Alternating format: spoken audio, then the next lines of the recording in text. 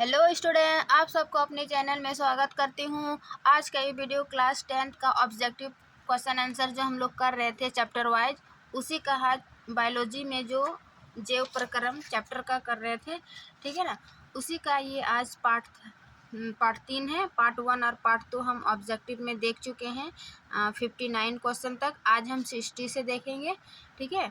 तो इसका थ्योरी यदि पढ़ना चाह रहे हैं, यानी कि एनसीईआरटी बायोलॉजी जैव प्रक्रम का, तो प्लेलिस्ट में इसका थ्योरी बना हुआ है और उसका कंप्लीट प्रश्न उत्तर भी दिया हुआ है। तो जो नहीं देखे हैं तो आप वहां से प्लेलिस्ट में जाके देख सकते हैं। उसके बाद आप ऑब्जेक्टिव क्वेश्चन लगाइए तो आपका तैयारी जो है बेहतर हो पाए, ठीक है। तो आज हम ये प्रश्न नंबर 16 से शुरू करते हैं। तो चलिए बिना देरी के शुरू करते हैं। क्या है प्रश्न 60? इनमें से किसकी उपस्थिति के कारण रक्त जो है वो लाल दिखाई देता है, ठीक है ना। रक्त के विभिन्न घटक है आरबीसी, डब्ल्यूबीसी और प्लेटलेट्स। तो आरबीसी जो है ना, आरबीसी में क्या होता है, हीमोग्लोबिन, जिसके कारण जो है वो रक्त लाल दिखाई देता है, ठीक है ना। इसमें मतलब इस जो हम ऑब्जेक्टिव प्रश्न बता रहे हैं ये पीवाई भी मतलब प्रीवियस ईयर क्वेश्चन भी है पीवाईक्यू, और जो कि आने वाले ही संभावित प्रश्न भी है। अधिकतर इसमें पीवाईक्यू है। तो पीवाईक्यू बनाने से क्या होगा कि आपको आइडिया लग जाएगा किस प्रकार का क्वेश्चन है, और बहुत बार जो है वो रिपीट होती है। देखिए 19, 22, 23 है ना। तो इस प्रकार का जो है कि ये इतना बार पूछा गया है, क्वेश्चन का रिपीट होने की संभावना है। इसीलिए आप लोग ये ऑब्जेक्टिव ज़रूर बनाइए, है ना। कि ऑब्जेक्टिव में ही कितना 40 नंबर बनाना होता है, ठीक है ना। तो सिस्टी का क्या हो जाएगा, हीमोग्लोबिन के कारण जो है वो रक्त लाल दिखाई देता है। फिर ये 61 का वसा का पाचन करता है, ठीक है। वसा का पाचन कौन करता है? पेप्सिन, ट्रिप्सिन, लाइपेज या फिर लाइपेज, एमाइलेज। ये चारों क्या है, एंजाइम है ना। एंजाइम है, लेकिन मुख्यतः जो है पाचन छोटी आंत में ही हो जाती है। लेकिन अलग अलग पेप्सिन, ट्रिप्सिन, लाइपेज, ये एमाइलेज, जैसे कार्बोहाइड्रेट खाते हैं, प्रोटीन खाते हैं, वसा खाते हैं, तो इसका जो है अलग अलग ये एंजाइम कार्य करते हैं, ठीक है। तो वसा का पाचन के लिए जो है इसका हो जाएगा लाइपेज, है ना। लाइपेज ये क्या है, एंजाइम है जो वसा को क्या करता है, फैटी एसिड को ग्लिसरॉल में तोड़ता है। जितने भी एंजाइम है वो क्या करते हैं, जैसे हम कार्बोहाइड्रेट भोजन लेते हैं ना, ग्लूकोज, तो वो क्या करते हैं, छोटे छोटे अणु में तोड़ते हैं, ठीक है। तो वसा का पाचन कौन करता है, लाइपेज, यानी कि ये फैटी एसिड को और ग्लिसरॉल एसिड में तोड़ देता है, ठीक है ना, ग्लिसरॉल और फैटी एसिड। जबकि जो ये पेप्सिन है ना, पेप्सिन क्या करता है, प्रोटीन का पाचन। प्रोटीन का पाचन किस में तोड़ता है, ये पेप्टाइड में, वो भी किस में, मतलब पेट में। ये प्रोटीन का पाचन पेट में करते हैं। जबकि ये ट्रिप्सिन भी जो है वो प्रोटीन के ही पाचन करते हैं, लेकिन ये छोटी आंत में करते हैं, है ना, छोटी आंत में। और ये एमाइलेज कार्बोहाइड्रेट, है ना, यानी कि स्टार्च को किस में बदलता है, शर्करा में, है ना, ये कार्बोहाइड्रेट। तो इस प्रकार अलग अलग हो गया, है ना। अलग अलग एंजाइम का पाचन अलग अलग है। पेप्सिन प्रोटीन, पी से याद रखिएगा, पेप्सिन, पी से प्रोटीन, टी से ट्रिप्सिन, और प्रोटीन का पाचन कहाँ करता है, छोटी आंत में। ये कहाँ करता है, पेट में, है ना। और एमाइलेज कार्बोहाइड्रेट का, लाइपेज वसा का। अब नेक्स्ट क्वेश्चन देखते हैं 62। वाष्पोजन कैसी प्रतिक्रिया है, मीन्स जो ट्रांसपीरेशन होती है, वाष्पोत्सर्जन, वो कैसी प्रक्रिया है। तो इसमें क्या होता है कि जो भी जल का एक्स्ट्रा जल होती है ना, तो वो पत्तियों के रंध्र द्वारा मतलब वाष्पित हो जाती है। तो ये क्या होता है, ये एक भौतिक प्रक्रिया होगा, क्योंकि ये क्या करते हैं, ये जल के वाष्प को बाहर निकलता है। इसमें जल की कोई रासायनिक संरचना नहीं होती है ना, कोई परिवर्तन नहीं होता है, उसी अवस्था में रहता है, जलीय अवस्था में, यानी जल को वाष्प में, एक्स्ट्रा जो जल है उसको वाष्प के रूप में बाहर निकल रहा है। तो ये कौन सी प्रतिक्रिया होगी, है ना, भौतिक। जबकि रासायनिक में कोई नया पदार्थ बनता है, इसमें कोई नया पदार्थ नहीं बन रहा है वाष्पोत्सर्जन में, ठीक है ना। तो इसका 62 का सही हो जाएगा बी नंबर। 63 है। पौधे में प्रकाश संश्लेषण का स्थान है, यानी कि पौधे में प्रकाश संश्लेषण कहाँ होती है? तो पत्तियों में जो क्लोरोफिल है ना, क्लोरोफिल कहाँ पाई जाती है? वो क्लोरोप्लास्ट में। तो क्लोरोप्लास्ट में क्लोरोफिल होता है जिसमें कि फोटोसिंथेसिस होती है, यानी कि प्रकाश संश्लेषण होता है। तो इसका स्थान क्या हो जाएगा? 63 का बी नंबर। ठीक है, जबकि माइटोकॉन्ड्रिया ये सब तो कोशिकांग है ना। फिर है 64 का परिशेषिका हिस्सा है, मतलब परिशेषिका किसका हिस्सा है? जिस प्रकार जो भी हमारे शरीर के अवशेषी अंग है ना, परिशेषिका अपेंडिक्स जिसको बोलते हैं, तो ये आहार नाल से का ही है ना भाग है, यानी कि आहार नाल में जो सबसे अंतिम पार्ट है अपेंडिक्स है ना, बड़ी आंत से, तो ये उसी का हिस्सा है। तो 64 का ए सही हो जाएगा। फिर 65 का किण्वन क्रिया पाई जाती है, मीन्स किण्वन क्रिया किस में पाई जाती है? किण्वन क्रिया जो है वो ईस्ट में पाई जाती है ना, क्योंकि ये ऑक्सीजन की अनुपस्थिति में होता है। और ये किण्वन जो है वो एक जैव रासायनिक प्रक्रिया है ना। ये किस में होता है? ऑक्सीजन की अनुपस्थिति में।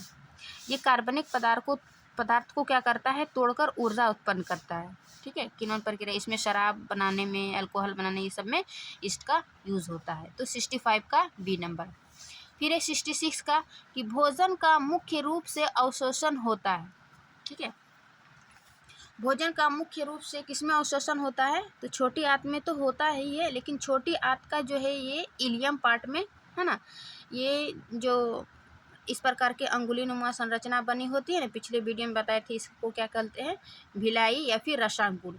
ये क्या करते हैं? ये छोटी आंत के अंतिम भाग है इलियम, इसमें अवशोषण के लिए जो है, जो भी मतलब पदार्थ है, अवशोषण के लिए क्या करते हैं? अपने सतही क्षेत्रफल को बढ़ा देते हैं, है ना। तो 66 का डी हो जाएगा, यानी कि इलियम छोटी आंत के सबसे अंतिम भाग, जो कि अवशोषण का मुख्य कार्य है। 66 का डी। ठीक है, अब 67 का है क्या? प्रकाश संश्लेषण की क्रिया में उत्पन्न होता है, मीन्स प्रकाश संश्लेषण की क्रिया जो होती है तो वो क्या उत्पन्न होती है ना। तो एक बार एक फोटो प्रकाश संश्लेषण की उसका जो रिएक्शन होता है वो देख लीजिए कि क्या क्या उत्पन्न हुआ, उसके बाद फिर आप आंसर बता दीजिएगा। इसमें क्या चाहिए? 6CO2 यानी कि कार्बन डाइऑक्साइड, 6H2O जल, उसके बाद फिर पत्तियों में जो क्लोरोफिल है और सन है। तो क्या प्रोडक्ट बना? C6H12O6 यानी कि ग्लूकोज और 6O2 ऑक्सीजन। तो इससे क्या बना? ग्लूकोज और ऑक्सीजन, लेकिन यहाँ पर क्या दिया है? प्रोटीन, कार्बोज, विटामिन, वसा। तो क्या होगा इनमें से, है ना? देखो, ग्लूकोज को ही ना कार्बोज बोल सकते हैं। तो प्रकाश संश्लेषण की क्रिया में क्या उत्पन्न हुआ? प्रोटीन तो नहीं बना, है ना, वसा तो नहीं बना, विटामिन तो नहीं बना, तो क्या बना? ये ग्लूकोज, एक प्रकार का कार्बोज। तो 67 का बी सही हो जाएगा। ठीक है,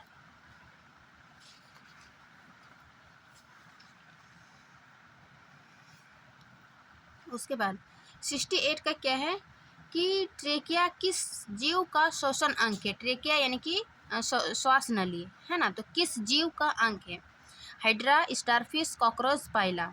तो ये जो कीटों में जो होती है ना, कीटों में अधिकतर टिड्डा या फिर कॉकरोच, है ना, कॉकरोच और टिड्डा दो याद रखिएगा, है ना, कॉकरोच या टिड्डा। इसमें क्या होता है? ये ट्रेकिया द्वारा जो है वो उसका श्वसन अंग होती है।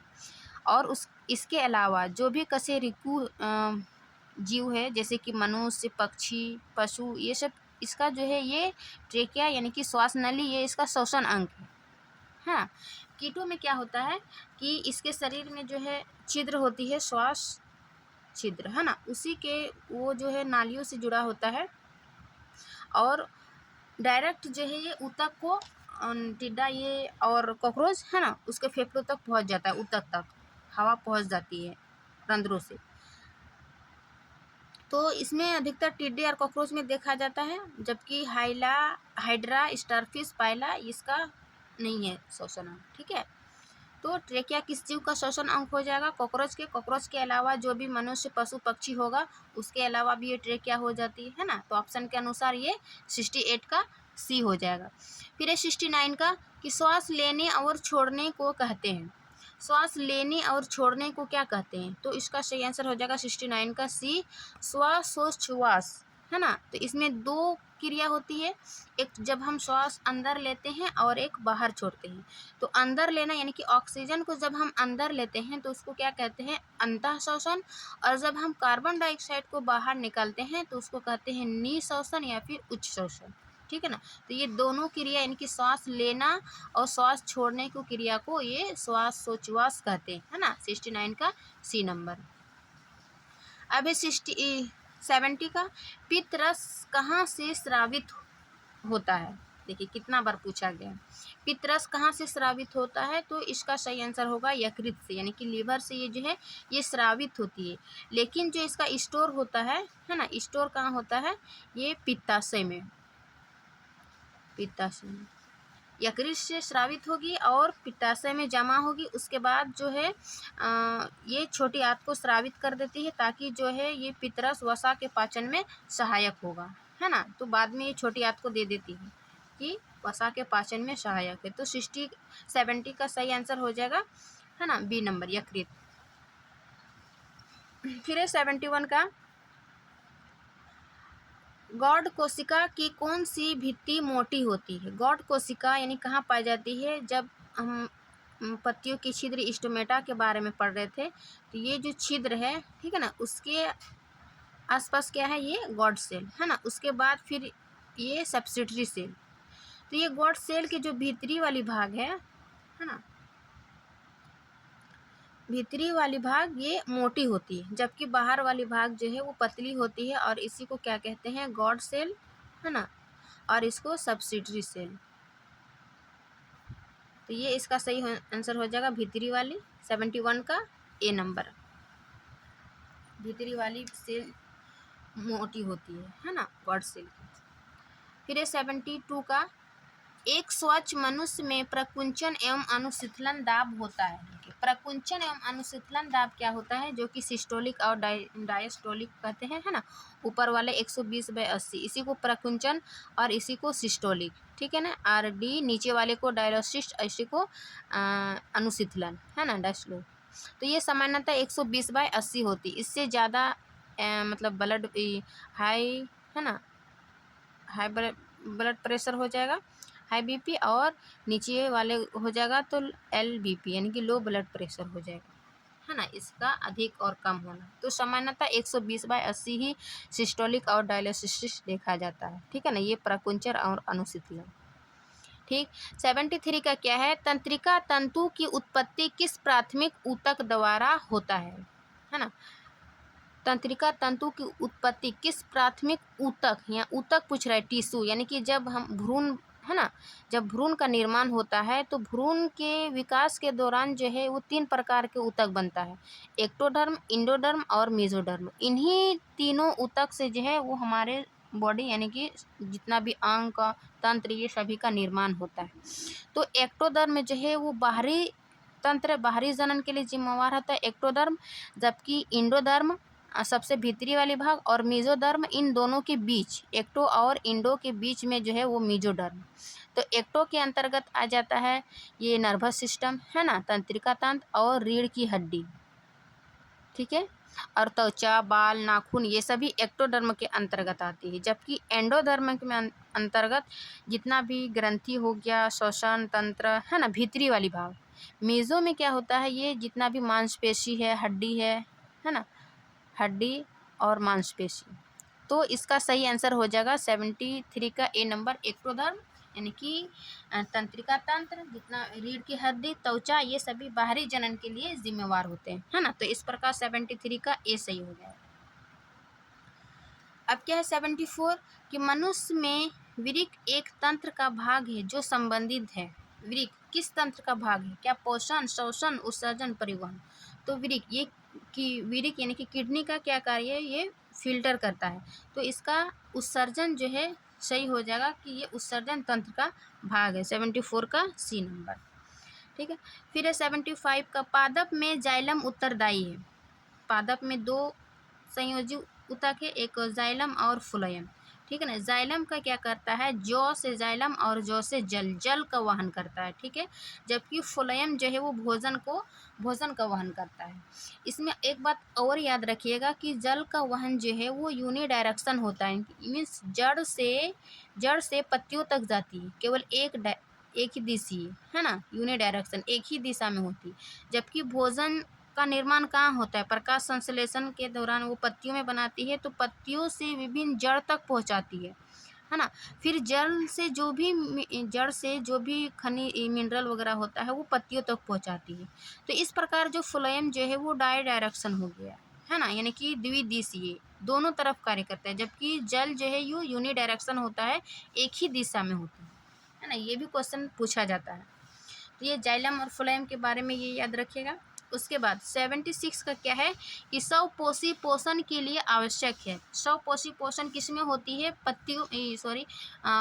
पेड़ पौधे में, है ना। प्रकाश संश्लेषण की क्रिया होती है, तो उसमें क्या क्या आवश्यक है। अभी हम एक रिएक्शन देखे थे, देखिए यहाँ प्रकाश संश्लेषण के लिए इसमें क्या था,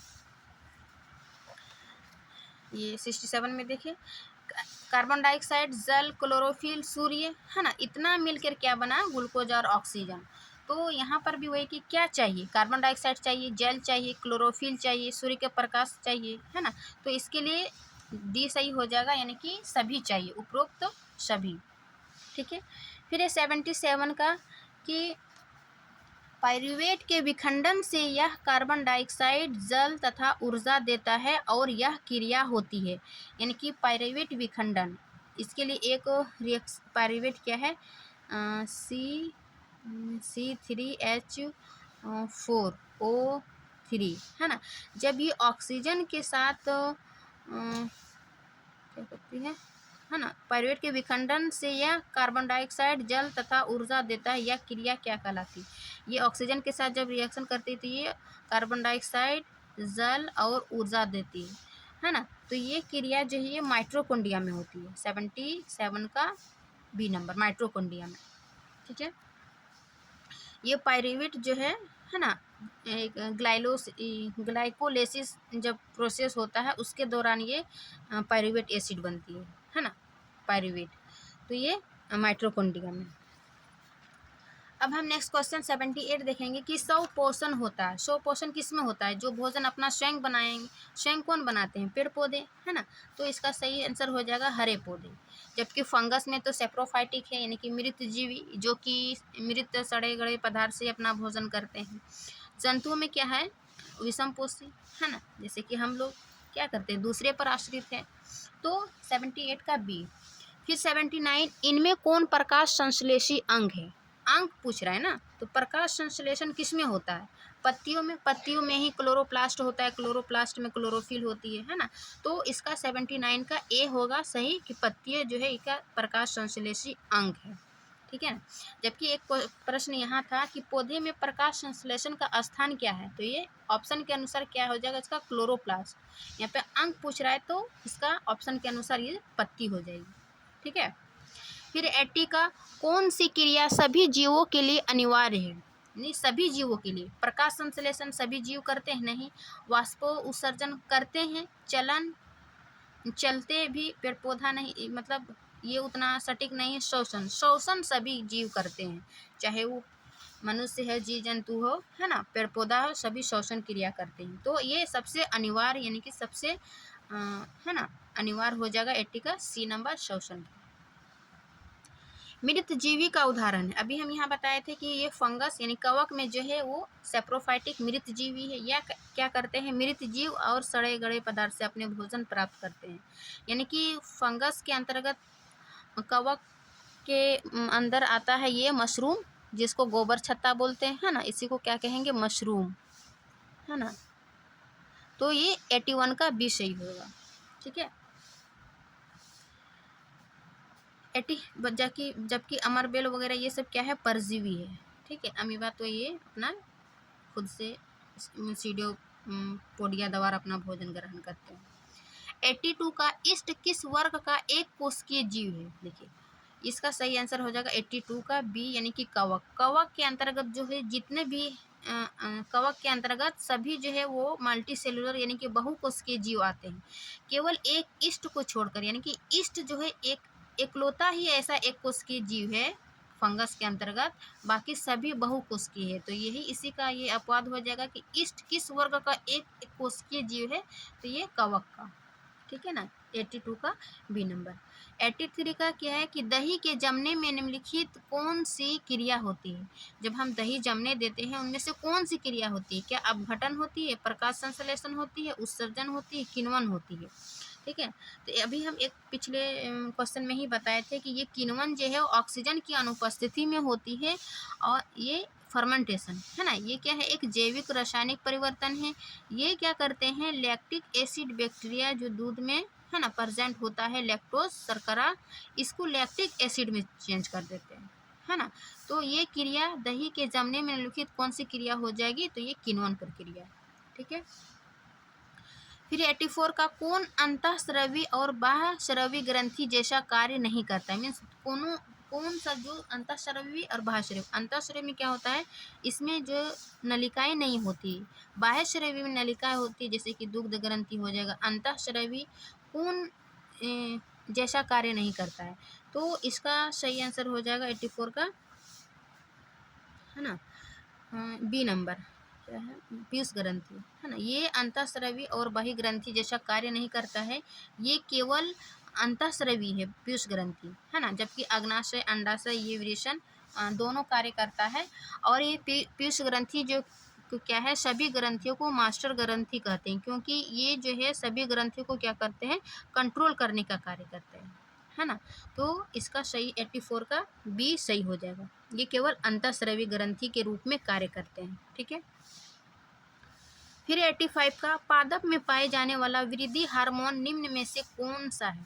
तो इनमें देखिए कि कौन सा पादप हार्मोन है, उसके बाद हम बात करेंगे। ठीक है। जिब्रेलिन ये पादप हार्मोन है। फिर है एड्रीनेलिन, इंसुलिन, ये थायरॉक्सिन, ये तो है ना जीवों में पाई जाती है। थायरॉक्सिन थायराइड हार्मोन को कंट्रोल करता है। इंसुलिन अग्नाशय को, एड्रीनल जो है ना, ये तनाव हार्मोन को कंट्रोल करते हैं, जो कि किडनी के ऊपर पाई जाती है। तो कौन वृद्धि हार्मोन के लिए जिम्मेदार है? पादप हार्मोन। तो पादप हार्मोन ये जिब्रेलिन हो जाएगा। इसके अलावा साइटोकाइनिन है, एथिलीन है ना। तो 85 का ए जिब्रेलिन। फिर 86 का कि प्रकाश संश्लेषण द्वारा किसकी प्राप्ति होती है? अभी हम देखें कि प्रकाश संश्लेषण से किसकी प्राप्ति हो रही है? ग्लूकोज और ऑक्सीजन का। ठीक है ना। तो इसका सही आंसर हो जाएगा 86 का ग्लूकोज। जबकि प्रोटीन वसा ये सभी नहीं, प्रकाश तो उसको चाहिए, है ना, प्रकाश संश्लेषण के लिए ये इसके आवश्यक घटक है। तो 86 का सी सही ग्लूकोज हो जाएगा। फिर 87 का वह कौन सा प्रक्रम है जिसके द्वारा शरीर में ऊर्जा का उत्पादन होता है? श्वसन, पोषण, उत्सर्जन, उत्तेजनशीलता। बहुत कोई पोषण होगा, है ना, पोषण लगेगा कि पोषण है, लेकिन पोषण से जो हम भोजन करते हैं वो क्या करते हैं? ऊर्जा देती है। लेकिन जो भी कार्बोहाइड्रेट है वो ऑक्सीजन से संयोग करके, यानी कि श्वसन जो भी ग्लूकोज होता है ऑक्सीजन से संयोग करके कार्बन डाइऑक्साइड, जल, ऊर्जा ये देती है ना। तो सही आंसर हो जाएगा 87 का ए श्वसन। और कौन से प्रक्रम है जिसके द्वारा शरीर में ऊर्जा का उत्पादन होता है ना, तो ये श्वसन। फिर मानव आहार नाल यानी कि अधर नाल का सबसे लंबा भाग क्या है? ठीक है। तो इसका सही आंसर हो जाएगा छोटी आंत। लगभग जो है वो 6.5 से 7 मीटर, है ना, 7 मीटर। यदि फीट में बात करें तो ये 21 से 23 फीट, है ना। ये आहार नाल की लंबाई, सबसे लंबा भाग यही छोटी आंत की होती है। कितना? 6.5 से 7 फीट तक, मीटर तक, और 21 से 23 फीट तक। ठीक है। 88 का सी नंबर। फिर 89 का निम्नलिखित में किसे कोशिका का ऊर्जा मुद्रा के रूप में जाना जाता है? किसे कोशिका का ऊर्जा मुद्रा के रूप में जाना जाता है? तो इसका सही आंसर हो जाएगा एटीपी, क्योंकि एटीपी जो है माइटोकॉन्ड्रिया के ही अंतर्गत ये ऊर्जा उत्पन्न होता है और वहाँ स्टोर भी होता है। तो एटीपी यानी कि एडेनोसिन ट्राइफॉस्फेट, ये क्या है? ऊर्जा का भंडारण का मुख्य अंग है ना। एडेनोसिन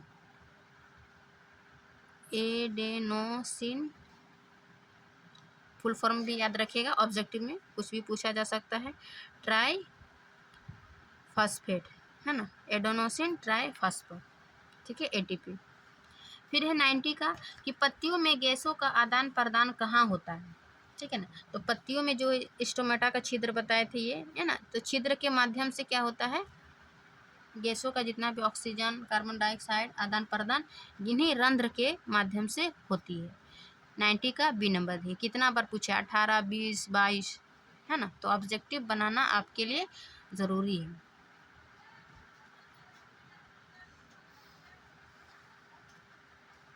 फिर है हृदय से 91 का, हृदय से रक्त यानी कि रुधिर को संपूर्ण शरीर में पंप किया जाता है, किसके द्वारा करते हैं, नीले द्वारा या फिर आलिंद या फेफड़ों द्वारा। देखिए हृदय जो है हमारा 4 चैम्बर में बटा है ना। ऊपर वाला ये दायां अलिंद, सॉरी बायां अलिंद, है ना, बायां अलिंद, और इधर दायां अलिंद, है ना, दायां अलिंद। नीचे क्या है, बायां निलय, यानी कि नीचे निलय होता है ना, निलय, और इधर दायां निलय, ठीक है। तो हृदय के नीचे कक्ष को क्या कहेंगे, निलय कहेंगे। और ये जो बायां निलय है ये ऑक्सीजन युक्त रक्त को क्या करता है, महाधमनी में पंप करता है। बायां निलय, है ना, ऑक्सीजन युक्त यानी कि शुद्ध रक्त होता है। तो ये क्या करता है, महाधमनी में पंप करता है, जो कि पूरे शरीर में फैल जाता है, पूरे शरीर को वितरित कर देती है। तो तो यहाँ पर डायरेक्ट पूछा था कि नीलय द्वारा या फिर आलिंद द्वारा। तो इसका सही आंसर हो जाएगा 91 का बी नंबर की नीलय द्वारा, जो कि हृदय के नीचे कक्ष में होती है ना। 91 का बी सही होगा। फिर है 92 का कि निम्नलिखित में कौन से यंत्र का उपयोग रक्तदाब मापने के लिए किया जाता है, ठीक है। रक्तदाब यानी कि ब्लड प्रेशर जो है वो मापने के लिए किसके में करते हैं, ये स्पेग्नो, है ना, स्पेग्नो मीटर, स्पेग्मोमैनोमीटर, ये 92 का सी सही होगा। जबकि बैरोमीटर जो है ये वायुमंडलीय दाब को मापते हैं, ठीक है, वायुमंडलीय दाब को, और रक्तदाब को ये सी नंबर। फिर 93 का रक्त का कौन सा अवयव यानी कि रक्त का कौन सा घटक जो है घायल स्थान से रक्त स्राव के मार्ग को रक्त का, है ना, थक्का बनाकर अवरुद्ध करता है। यानी कि रक्त का जो क्लॉटिंग होता है, थक्का, तो वो कौन करता है, तो ये सभी जो है रक्त के घटक है, आरबीसी, डब्ल्यूबीसी, प्लेटलेट्स, लसिका। तो इसका सही आंसर हो जाएगा प्लेटलेट्स। प्लेटलेट्स को और क्या कहते हैं, इसको बिम्बाणु भी बोलते हैं, है ना, बिम्बाणु। तो ये जब भी हमें चोट लगती है या फिर रक्त स्रावित होती है किसी भी, है ना, घायल स्थान से रक्त स्राव, तो ये रक्त के ही घटक कौन, प्लेटलेट्स करते हैं। ये क्या करते हैं, रक्त को क्लॉटिंग बना देते हैं, यानी कि थक्का बना देते हैं, ठीक है ना। तो इसका सही आंसर हो जाएगा 93 का सी नंबर, ठीक है। 18 में पूछा गया है, 26 में आने की संभावना है। तो आज के लिए इतना ही, यानी कि पार्ट 3 था। नेक्स्ट क्वेश्चन में हम पार्ट 4 लाएंगे, क्योंकि चैप्टर, है ना, चैप्टर के हिसाब से ये जीव परिक्रम बायोलॉजी जो है इसमें बहुत थ्योरी मतलब जुड़ा हुआ है। यदि आप थ्योरी देखना चाहते हैं तो प्लेलिस्ट में जाके देख लीजिए। इसीलिए इसका जो ऑब्जेक्टिव है प्रश्न भी ज़्यादा है, क्योंकि इसमें PYQ भी है, प्रीवियस ईयर क्वेश्चन भी है, और जो आने वाले प्रश्न हैं वो भी है ना। यानी कि 168 है ना, 168 तक प्रश्न है। तो 5 पार्ट तक में हम इस चैप्टर को ख़त्म कर देंगे ऑब्जेक्टिव। उसके बाद नेक्स्ट टॉपिक चैप्टर रहेगा ये नियंत्रण एवं समन्वय, यानी कि बिल्कुल चैप्टर वाइज रहेगा। तो आपको जो है वो पढ़ने में कॉन्फिडेंस होगा कि नहीं, हम जितना भी थ्योरी पढ़े तो ऑब्जेक्टिव लगा लेते हैं, है ना। तो इससे आपको काफ़ी जो है हेल्पफुल रहेगा एग्ज़ाम में। तो आशा करती हूँ कि ये जो है वीडियो अच्छी लगी होगी। वीडियो अच्छी लगी तो लाइक एंड सब्सक्राइब ज़रूर करिए। मिलते हैं इसके नेक्स्ट पार्ट में, तब तक के लिए थैंक यू।